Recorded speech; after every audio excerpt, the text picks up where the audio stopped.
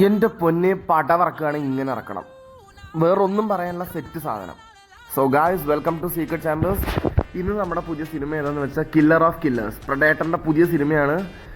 ഒരു പടം എന്ന് പറഞ്ഞാൽ നമ്മളെ ഇരുത്തി കഴിഞ്ഞ ടൈപ്പ് ഒരു പടം. മീൻസ് ഈ പടം നമ്മുടെ പ്രേന്ന് പറഞ്ഞ പടം കണ്ടിട്ടുണ്ടെന്ന് തോന്നുന്നു ആൾക്കാർ. അതിൻ്റെ ഡയറക്ടറിൻ്റെ പടമാണ്. ഇപ്പോൾ കുറേ എണ്ണങ്ങൾ കുണച്ചോണ്ട് വരും, ഞങ്ങൾ അനിമേറ്റഡ് പടമൊന്നും കാണാറില്ല എന്നൊക്കെ പറഞ്ഞ് ചിലപ്പോൾ വരുമായിരിക്കും. കാണണം. പടം അനിമേറ്റഡ് ആണോ അതോ അനിമേറ്റഡ് അല്ലേന്നൊന്നും അല്ല കാര്യം. സംഭവത്തിൻ്റെ സ്റ്റോറി ലൈൻ കണ്ടിട്ട് ഹാൻഡ്സ് ഓഫ് എന്ന് പറയേണ്ട ഒരു സ്ഥിതി ഈ പടം കണ്ടപ്പോൾ എനിക്ക് തോന്നി.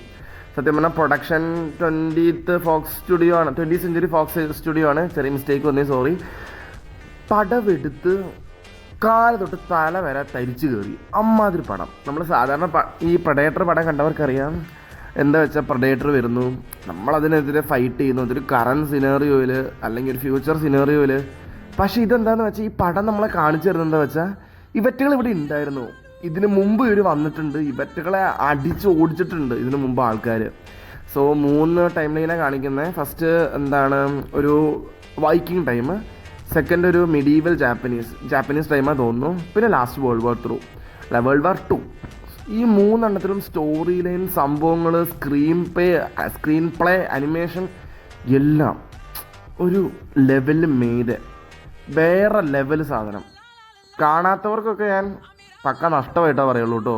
കാരണം ഇങ്ങനെയൊക്കെ പടം ഇറക്കാനായിട്ട് ഒരു കഴിവ് വേണം. സോ സെറ്റ് പടം, അടിപൊളി പടം. Go and watch it. ഈ റിവ്യൂ ഒന്നും കേൾക്കാൻ നിൽക്കണ്ട. എൻ്റെ അഭിപ്രായം ആയിരിക്കില്ല ചിലപ്പോൾ വേറെ ഉള്ളവർക്ക്. സോ നിങ്ങളുടെ അഭിപ്രായം എന്താണോ അത് കമൻറ്റ് ബോക്സിൽ ഇടുക. First of all, go and watch the movie.